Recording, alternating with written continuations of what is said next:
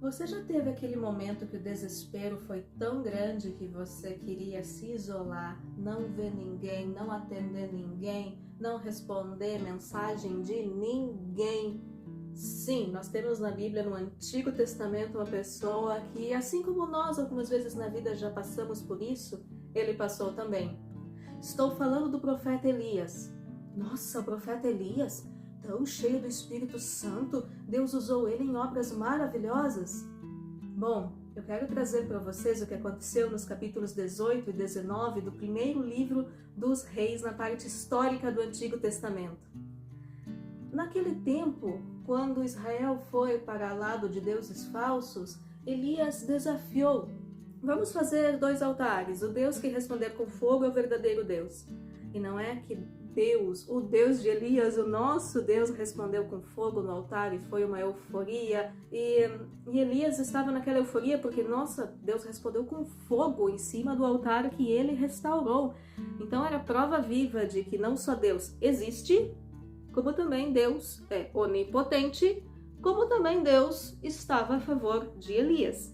Mas depois de tudo isso, ele foi no dia seguinte ameaçado pela rainha e ela disse: assim como mataram os profetas, eu vou matar você. Então a ameaça da rainha Jezabel contra ele deixou ele tão em pânico.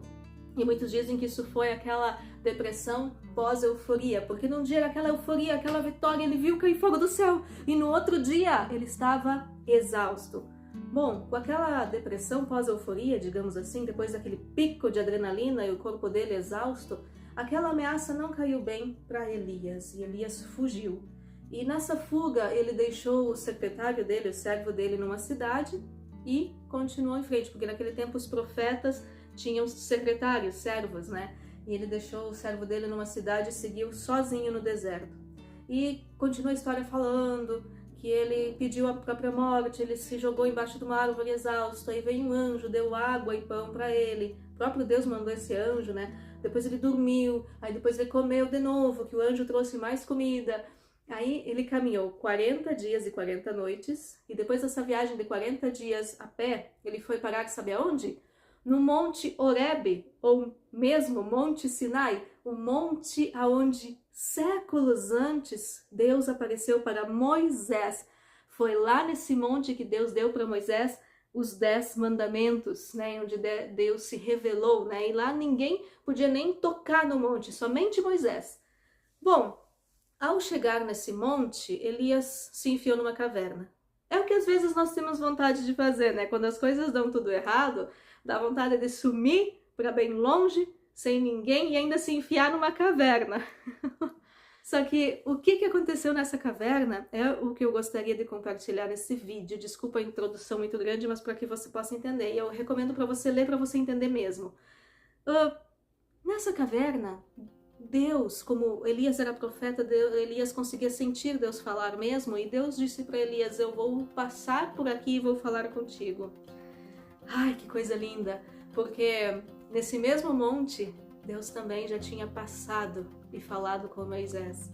Agora Deus ia passar por ali de novo, dessa vez para falar com Elias. Ai, que coisa linda. E aí, no capítulo 19, os versos 11 e 12 já vão nos revelando. E olha só, eu vou ler para vocês o que diz no verso 11. O Senhor lhe disse: saia e fique no monte na presença do Senhor, pois o Senhor vai passar. Então veio um vento fortíssimo, que separou os montes e esmigalhou as rochas diante do Senhor, mas o Senhor não estava no vento.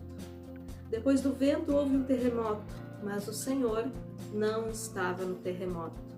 Eu fico imaginando a expectativa de Elias, porque quando veio esse vento tão terrível, a ponto que pedras se partiram, um vento que força do furacão mais destrutivo que possa haver, talvez Elias pensou: não, Deus com certeza vai falar nesse vento, porque quando terminou a seca, porque além de 41 dias antes, além de cair fogo do céu sobre o altar, também Deus trouxe vento, chuva e terminou aquela seca terrível que estava em Israel. Mas não, Deus não estava no vento. Então, nem sempre Deus está onde nós imaginamos que vai ser. Depois que teve o terremoto, Eu imagino que a expectativa de Elias é que Deus estivesse no terremoto e fosse falar com Elias em meio ao terremoto, porque também houve um terremoto no mesmo Monte Sinai, quando Deus entregou as tábuas da lei para Moisés. Antes de Moisés subir ao monte, o monte tremia. Bom, Deus não estava no terremoto desta vez. Vamos ver o que continua no verso 12.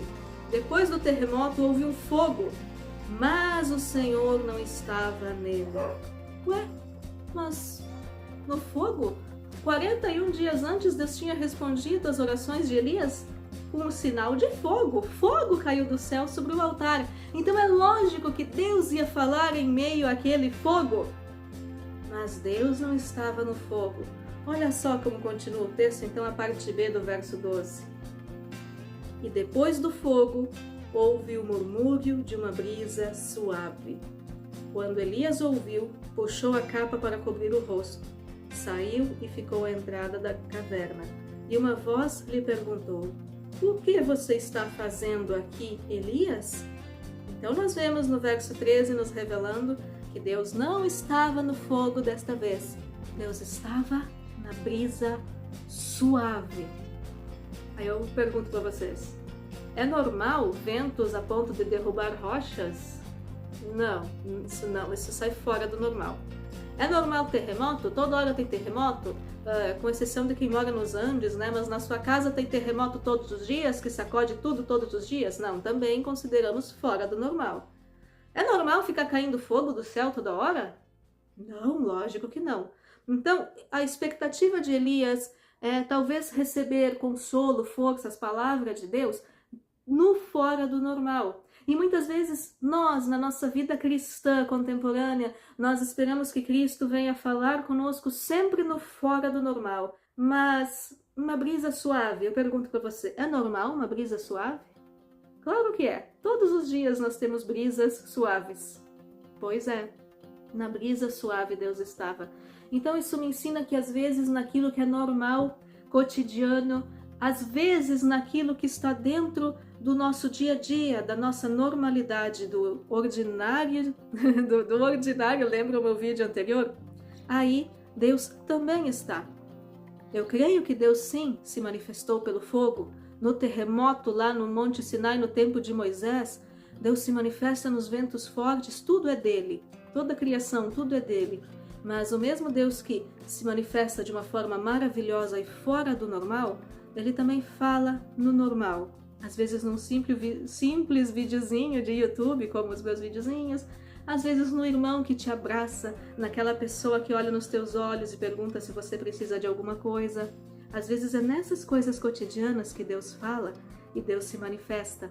O nosso Deus está tanto nos grandes eventos, como nas pequenas demonstrações da sua presença no dia a dia. Será que nós temos sensibilidade de identificar no nosso dia a dia, na nossa vida normal, as bênçãos do Senhor, a presença do Senhor, a provisão do Senhor, a proteção do Senhor? Esta semana eu tive uma oração respondida em questão de minutos, sobre um assunto trivial, normal. E aí eu vi Deus na brisa suave.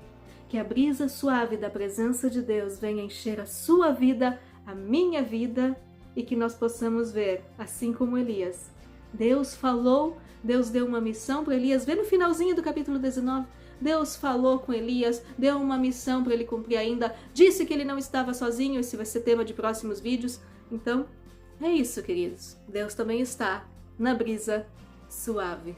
Até o próximo vídeo.